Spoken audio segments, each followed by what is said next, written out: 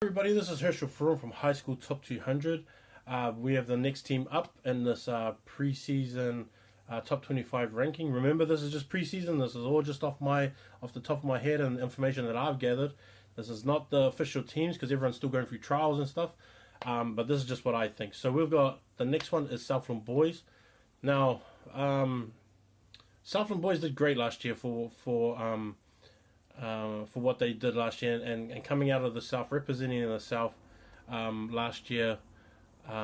Flynn did great with the team that he had, and the example that he was and how he took his team to those levels. And I don't think, I think if you take him out of the team, I don't think that they would have got to that point. So he was a big, massive reason why they were that successful. Now we can understand because Flynn is just a class player.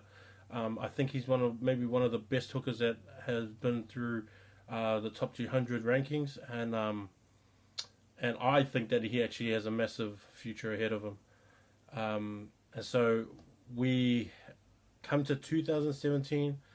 We don't have Flynn here, but we still have a strong squad.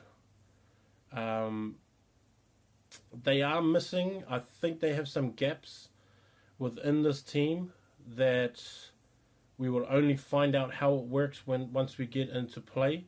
And because they play in that Colt division, I think these boys are probably going to have to grow up pretty fast.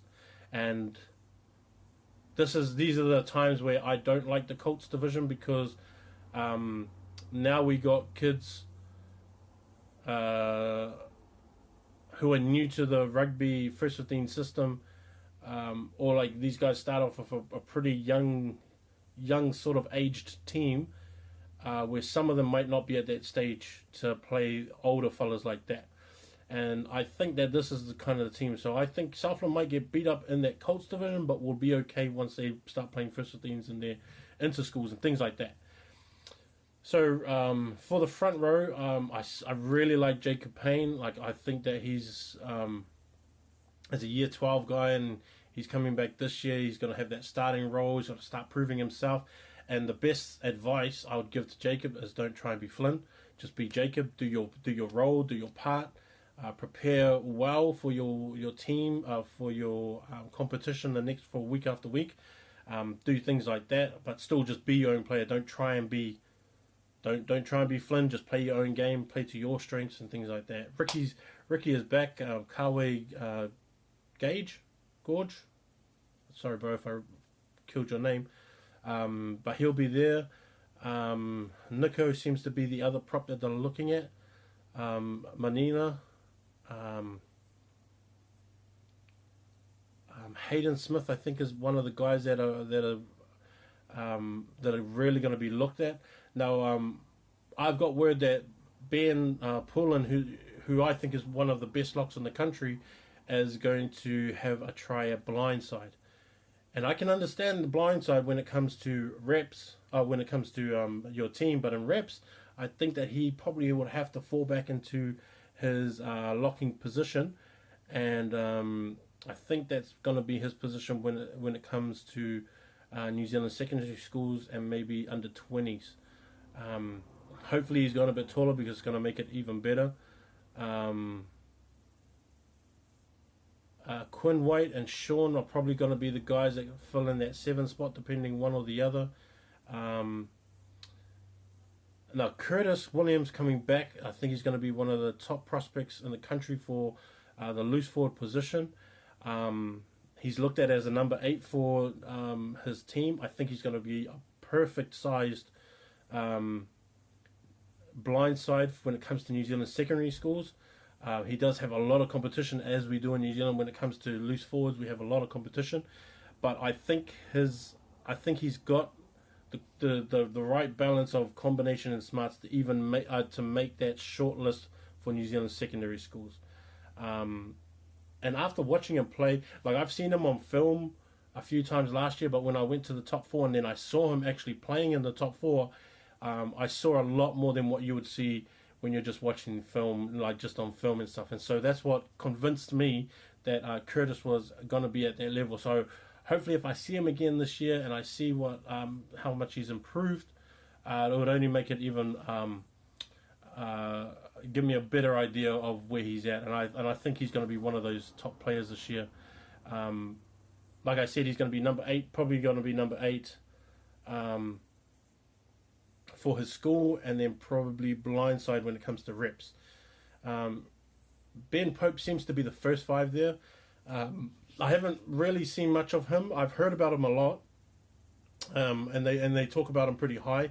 But I would be concentrating on Josh Mason, Alan Gillies, and then Caleb Talamahina will be the other one too at fullback. And I think Ben can actually, and this is kind of like this is kind of how it is with first five who are kind of inexperienced. If you're first 5 and you're inexperienced and you have a big crash ball guy like Josh Mason, I would call his number all day. And not just because how effective Josh is or effective how effective he can be, but at the same time it gives you extra time to figure yourself out and to figure out the pace of this game and figure out how you want to play the game. I would just give it to him crash ball a bit more and then start giving it to Curtis and Ben and maybe Sean or Quinn White, whoever's there, to these loosies and locks to keep punching it up until you figure out what you want to do in these early parts of the game, and then you start figuring out your defenses and things like that, and you think, okay, I want to play it like this.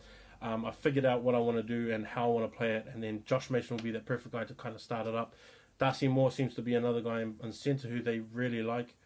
But Caleb Talamahina is going to be all day, him and Alan Gillies. Don Sepa seems to be the one on the other wing that people were talking about. And so I think just keeping it to Caleb and making sure that Caleb knows what he wants to do and where he wants to attack, and then things like that. And then everyone else will kind of fall into place. I do know that they have some other strong players. I think if Adam Webster is still there. Oliver Lee is probably another one I'll be looking at as well. I think Gregor Wood has finished. I think he's finished. But there's like Slade Smith was another guy I was thinking of. Ezekiel Mahino was another guy. Zach Murfin was a guy too that I was kind of looking at. Thomas Feeney was kind of one of those guys. Elliot,